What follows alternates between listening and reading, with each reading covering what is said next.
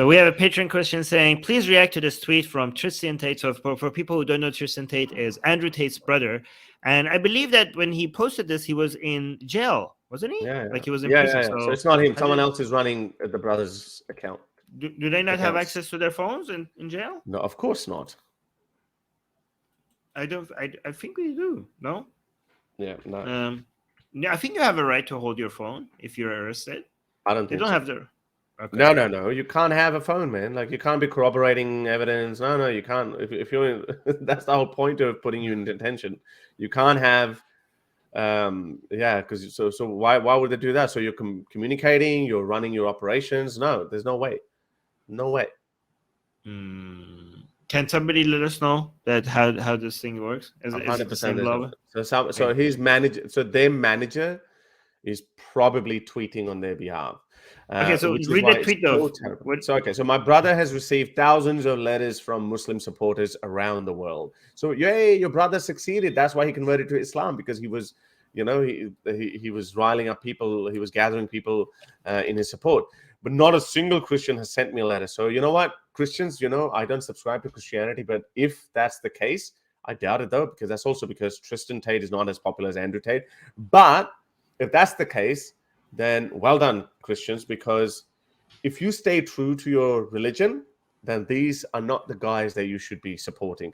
And also Muslims should not be supporting these guys who are basically pimps and running gambling operations and a sex racket.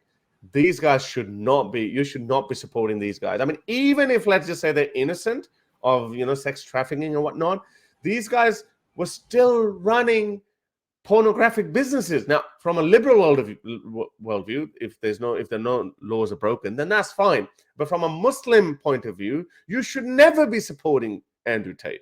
So Christians versus Muslims. So obviously Muslims have proven to be, to have this tall poppy syndrome. They would just go for their guy, whether he's in the right or wrong. They would just go for him. But Christians have obviously shown that, no, you know what? We spoke about this, that the Western conservatives should not be supporting these guys. Yeah, I'm just very amazed about how unconditional this support is from many people in the Muslim community. Like you're our guy. You join Islam, we support you. We don't really care if you are a Muslim. Okay, you could do whatever. We have your back. This is like really impressive teamwork, guys. Like, no judgment. You could have, you could do sex trafficking or like do whatever you want. You could be using women. You could be holding women against their will. You could be threatening them, throwing their stuff out the window. You could be saying the most bizarre, like what right-leaning people usually call degenerate, conservative people and Muslims call degenerate. You could do all of that, but like if you're on our team, you're on our team, right? So this is why they are dominating. This is why Islam is such a dangerous force, because they're dealing with enemies, that all the infighting and all the divisions go away, and they stand as a united force. And they got that. They're very effective at this. Yeah. But do you think, are you impressed by how Muslims just throw away all their values and all their standards out the window when it comes to fighting against the liberal world order or the matrix? I said this a long time ago, back in 2018 or 2019. I can't find that video, but I said this a long time ago, that we're going to see right-wing Christians joining forces with Muslim diaspora in the Western world against the liberal world order.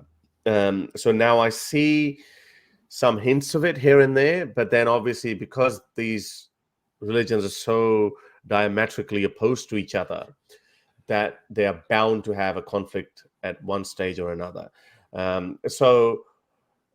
Muslims have this, again, now we're talking about, so 20 years ago, before 2001, Muslim diaspora was, not that active in the West. But now there's the first, second or third generation Muslims are there. The numbers have increased, so they still feel left out because they're not fully. They haven't fully assimilated or integrated in this modern Western liberal world, so they feel left out, and so they say, okay, well, because Christianity is also losing in the liberal world, so they see the new liberal order as the enemy. So anyone who would speak against the liberal world order, they would embrace them. Even someone as pathetic as Andrew and Tristan Tate, even though that these guys have amassed their wealth. By the way, their wealth is very questionable. We don't know how wealthy they are. Someone said that they're probably not worth more than $5 million. Someone said that, but again, I don't know. This is all dodgy. We don't know. I mean, you wonder how much money can you make from cam business, but apparently these guys were making a lot of money. But it's still not $300 million as he boasted once. He said, but now his taters are saying, oh, he only meant. Let's take that away. He meant that. What are you doing? This. He meant. You don't like that big? You don't like that? You don't like it like this? No, I don't like it. Too close. Okay. Yeah, too close. He meant he meant it as a joke, but he even sometimes he said, "I'm a trillionaire. I'm a god." Like all these kind of things. Like he has all the hallmarks of a cult leader. Get my best-selling book, Why There Is No God, for free. Click on the link for it in the description.